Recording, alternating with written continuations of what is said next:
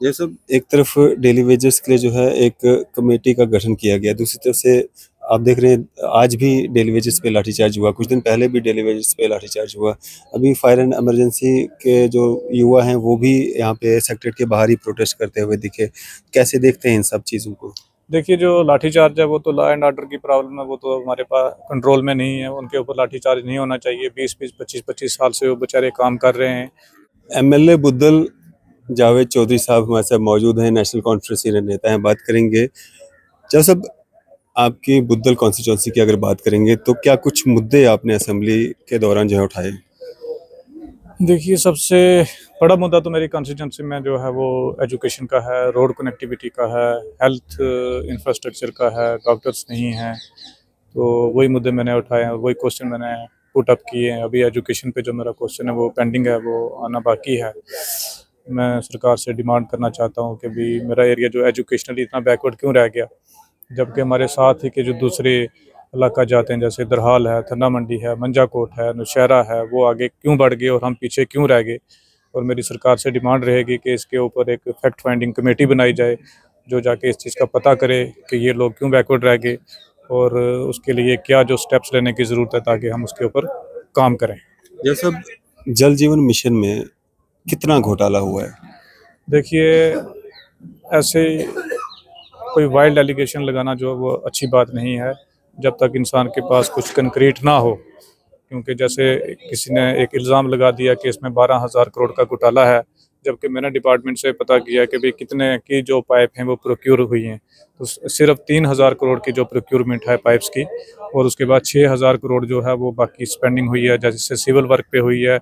और जो डग वेल बने हैं, बोर वेल बने हैं, सैंड फिल्ट्रेशन प्लांट बने हैं, और जो लेबर की है। और इस वक्त भी 7,800 करोड़ जो है ऑलमोस्ट इस वक्त जो लाइबिलिटी है वो पैसा सेंटर से आ नहीं रहा है, और डिपार्टमेंट के पास सिर्फ 60 करोड़ रुपया है। मेरे अपने जो कॉन्स्टिट्यूंसी में 40 करोड़ की इस वक्त कंट्रैक्टर्स की लाइबिलिटी है, उसके बावजूद मेरी कॉन्स्टिट्यूंसी के अंदर 70% जो काम है जल जीवन मिशन का हुआ है। अच्छा, तो ये जो बीजेपी के एमएलए हैं बलवंत सिंह मनकोटिया जी ये कह रहे हैं कि करप्शन हुआ है जल जीवन मिशन में, तो कहीं ना कहीं सेंटर की स्कीम थी, सेंटर स्पॉन्सर्ड स्कीम थी, इलेक्शन से पहले पहले वो इम्प्लीमेंट भी हुई थी। वो इल्ज़ाम किस पे लगाना चाहते हैं, मौजूदा सरकार पे या पुराना जो एलजी शासन था अभी भी है? देखिए, ज़ाहिर सी बात है वो एलजी जो एडमिनिस्ट्रेशन है उसी पे लगाना चाहते हैं, क्योंकि इस हमारी सरकार को तो आए हुए 4 महीने हुए हैं। और कोई भी जो एलिगेशन लगाने से पहले फैक्ट फिगर जो है वो सामने रखने चाहिए। क्योंकि अगर हमारे पे इल्ज़ाम लगता है, किसी पॉलिटिशियन पे लगता है, तो उसके पास वो जवाब देता है। क्योंकि हमारी स्किन जो है वो थोड़ी मोटी होती है, हमारी चमड़ी, हमें असर भी कम करता है और हम जवाब भी देते हैं। लेकिन जो ब्यूरोक्रेसी पे इल्ज़ाम लगता है उनके पास जवाब देने का कोई प्लेटफॉर्म नहीं होता है, वो अपनी बात बता नहीं सकते हैं। इसलिए अगर कोई भी ऐसा एलिगेशन है तो वो सामने with fact and figures with papers वो सामने रखना चाहिए, उसके ऊपर फिर इन्वेस्टिगेशन होनी चाहिए। सर, जल जीवन मिशन में कम हुआ या ज़्यादा हुआ, करप्शन हुआ है, तो अब मौजूदा सरकार उमर सरकार है, तो क्या कोई इंक्वायरी बिठाई जाएगी, कुछ होगा?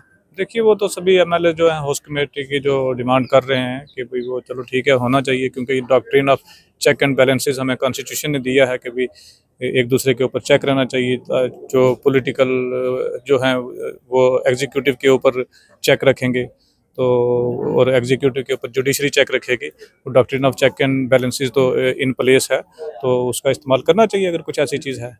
ये सब अब एमएलएज की तनख्वाहें या सैलरीज भी इंक्रीज होने जा रही हैं, कैसे देखते हैं इस इनिशिएटिव को? वो सीएम साहब ने एक अनाउंसमेंट की है कि उसको एग्जामाइन किया जाएगा। अभी ये नहीं है कि होगी, उसको एग्जामाइन किया जाएगा, उसके बाद ही पता चलेगा। होनी तो है, क्योंकि सब उसके लिए तो सब एक ही है, क्योंकि सबका मत यही है, खर्चे ज़्यादा हैं आमदनी कम है। खर्चे तो हैं बिल्कुल। जैसे मेरे पास मुझे सरकार ने 2 गाड़ियां दी हुई हैं, एक सिक्योरिटी की है और एक पर्सनल यूज़ के लिए है। और उनमें जो फ्यूल ही मंथली मेरा 1 लाख रुपए का फ्यूल यूज़ होता है। तो वो इसलिए डिमांड कुछ एमएलएज की थी कि भाई जो कहते हैं कि हम करप्शन नहीं करते हैं या उनके बिजनेस के दूसरे रिसोर्सेज नहीं हैं, तो शायद उन्होंने ये इसलिए डिमांड रखी है। जी, तो जब सब आने वाले समय में और क्या कुछ बेहतर जो है आप अपनी कॉन्स्टिट्यूंसी के लिए कर सकते हैं या डिमांड रखेंगे? देखिए, मेरा तो सबसे बड़ा मेन फोकस तो एजुकेशन के ऊपर है कि मैं एजुकेशन सेक्टर में काम करना चाहता हूँ। क्योंकि तालीम ना होने की वजह से मेरा एरिया बहुत पीछे और बैकवर्ड रह गया है। उसके बाद मेरा जो रोड इंफ्रास्ट्रक्चर पे है कि मैं जो काफ़ी सारे जो एरिया है वो अनकनेक्टेड है उसको किया जाए, और फिर पावर इंफ्रास्ट्रक्चर जो है वो बड़ा धर्म भरम है। तो मेरी कोशिश रहेगी कि जो पावर इंफ्रास्ट्रक्चर है उसको बेहतर किया जाए और अपने एरिया को जो है टूरिज़्म के मैप पे लाया जाए, और लोगों की लाइवलीहुड जो है लाइवलीहुड मिशन के ऊपर काम किया जाए। और उसके ऊपर मेरा ज़्यादा फोकस है कि लोगों ने रोज़गार कहाँ से करना, कमाना कहाँ से है, उनकी ज़िंदगी में बेहतरी कैसे लाई जाए, उसके ऊपर मेरा फोकस रहेगा। जैसे एक तरफ डेली वेजेस के लिए जो है एक कमेटी का गठन किया गया, दूसरी तरफ से आप देख रहे हैं आज भी डेली वेजेस पे लाठीचार्ज हुआ, कुछ दिन पहले भी डेली वेजेस पे लाठीचार्ज हुआ। अभी फायर एंड इमरजेंसी के जो युवा हैं वो भी यहाँ पे सेक्रेटेरिएट के बाहर ही प्रोटेस्ट करते हुए दिखे। कैसे देखते हैं इन सब चीज़ों को?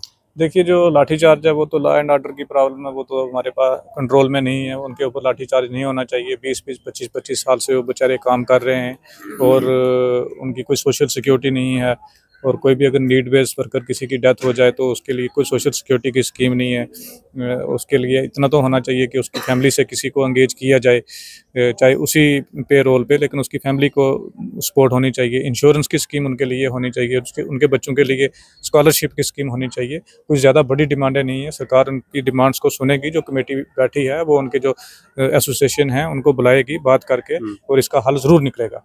चलिए, शुक्रिया हमारे साथ बातचीत करने के लिए। Thank you. जावेद चौधरी साहब हमारे साथ बातचीत कर रहे थे, MLA Budhal, national conference senior नेता। आपकी सब पे क्या राय है? अपनी राय जो है जरूर साझा कीजिएगा। इसी तरह की मजीद अपडेट्स के लिए आप देखते रहें न्यूज़ इंडिया।